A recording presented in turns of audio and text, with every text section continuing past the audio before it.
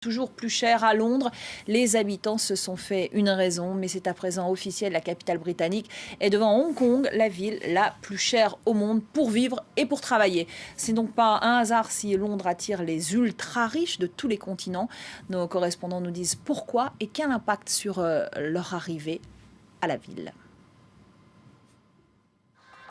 Londres, sa finance, son tourisme et sa concentration de millionnaires. Depuis peu la plus forte au monde, de la bijouterie de luxe à la haute cuisine, certaines parties de la capitale britannique ont tout pour les attirer. Nous descendons Bond Street, en plein cœur du quartier de Mayfair, qui pendant ces 2 derniers siècles a été le centre du luxe à Londres, en Europe et je pense même pouvoir dire dans le monde. Mark Henderson représente le quartier du luxe à Londres, plus de 50 rues qui profitent du nombre croissant de riches visiteurs. Ils y dépensent 3,8 milliards d'euros par an. Et la crise n'y a rien changé. Il y a eu un creux en 2008, mais depuis, le secteur du luxe a eu une croissance plus ou moins continue. Et maintenant, tous les riches du monde se rassemblent ici. Se rassemblent et injectent des millions dans l'immobilier londonien. Bienvenue à Treetops. Nous suivons Trevor Abrahamson, agent immobilier de luxe pour les ultra-riches. Pour vivre dans cette opulence, il faut payer 38 millions d'euros. À ce prix, rares sont les Britanniques à ce niveau de l'ascenseur social. 90% des ventes sont faites par des acheteurs étrangers. Une salle de gym, un cinéma privé, les besoins ne sont pas forcément les mêmes dans ce bassin très particulier du marché. Et maintenant, la piscine intérieure, ou spa, c'est comme vous voulez. Pour être franc, c'est vraiment essentiel, nécessaire dans une maison de cette qualité. Sans cela, les gens seraient très déçus.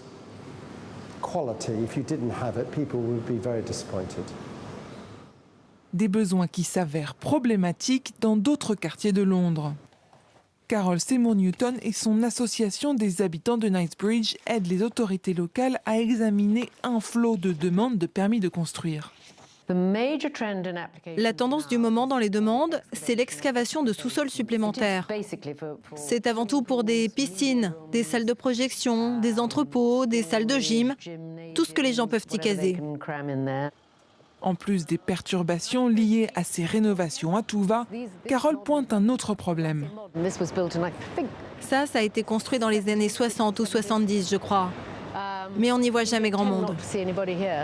En 50 ans, Carole a constaté l'impact de ces nouveaux propriétaires sur son quartier, des arrivants pas forcément résidents.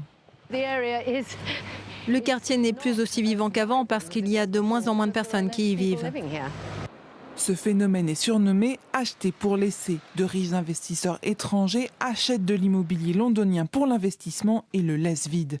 Cette tendance a une conséquence directe à Kensington et Chelsea. C'est le seul arrondissement de Londres à perdre des habitants.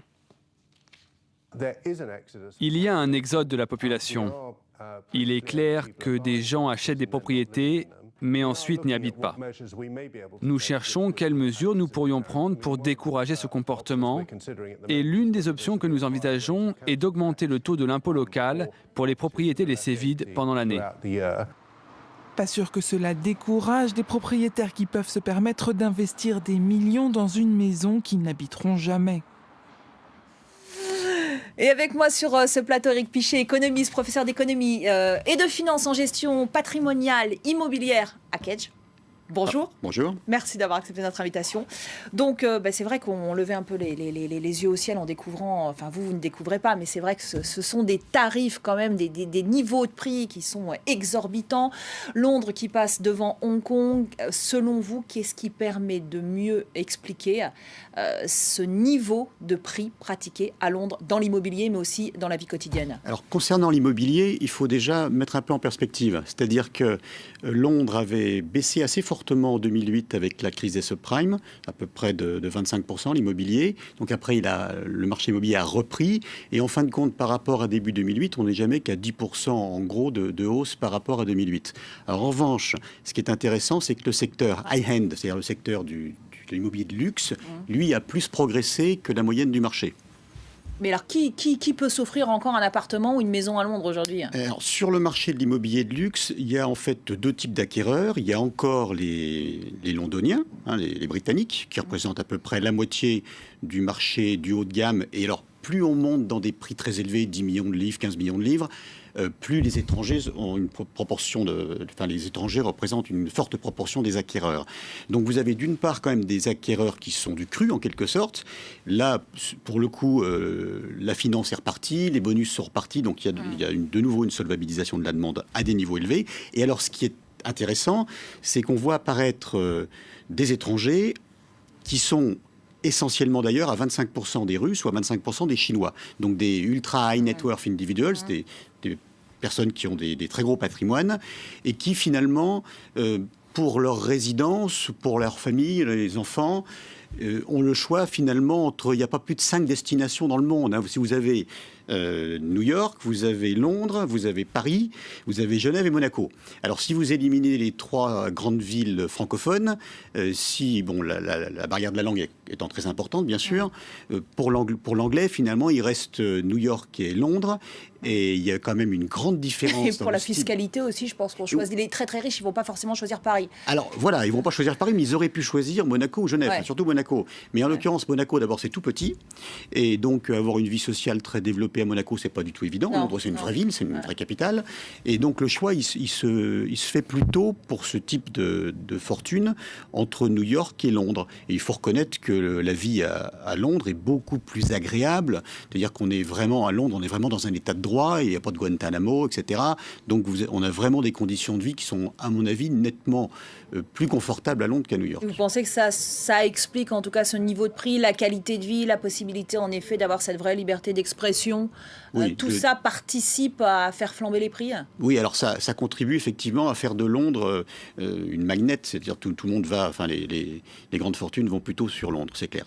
Et les Russes en particulier n'ont pas tellement envie d'aller aux États-Unis, ils vont plutôt sur Londres. Est-ce que ça a un impact, ce niveau de prix sur l'emploi ou pas? Alors ça a un impact bien sûr sur les prix. Et alors sur l'emploi, oui, parce que bien entendu, les grandes fortunes dépensent, ils sont obligés quand même de rester à Londres 185 jours pour bénéficier d'un certain nombre d'avantages. Et donc ils dépensent beaucoup. À titre indicatif, un banquier va créer à peu près 4-5 emplois directs ou indirects. Un financier dans les hedge funds, 10 à 12 emplois. On estime qu'une grande fortune va créer déjà au moins 10 emplois directs, ne serait-ce que la gouvernante française, etc.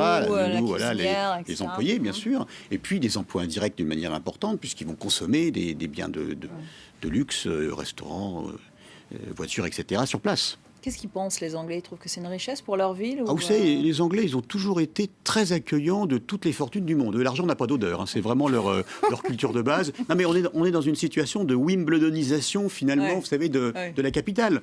De la même manière qu'à Wimbledon, les principaux joueurs ne sont jamais britanniques, à l'exception d'un Écossais il n'y a pas très longtemps. Finalement, c'est la même chose. Ils adorent faire venir les principaux acteurs mondiaux dans leur capitale. C'est leur tradition. Bon, on a vu qu'à Paris, les prix ont également grimpé ces dernières années, même si depuis 2 ans, on assiste à une stagnation, parfois même un recul. Est-ce que vous pensez qu'un jour, à Paris, on pourrait atteindre de tels niveaux ou c'est inenvisageable et pour quelles raisons? Je ne crois pas qu'on atteindra ces niveaux-là. D'abord, le marché immobilier parisien est moins liquide et moins profond que le marché londonien. Moins liquide, c'est-à-dire C'est-à-dire que, par exemple, pour vendre un bien immobilier qui vaut plus de 2 millions d'euros, il faut 1 an à Paris, il faut 3 mois à Londres. Donc vous avez quand même un vrai marché des acheteurs, et surtout en ce moment où finalement les acquéreurs, enfin ceux qui ont des biens qui valent plus de 2 millions d'euros par exemple, sont plutôt tentés par une délocalisation pour des raisons fiscales, etc. On n'a pas un marché qui est aussi actif et qui est aussi dynamique que le marché londonien. Merci beaucoup. Merci Eric Pichet pour cet éclairage. Ainsi s'achève ce focus, cette première demi-heure ensemble de Paris Direct. On se retrouve dans quelques instants. Évidemment, vous restez avec nous. L'info continue sur France 24. À tout de suite.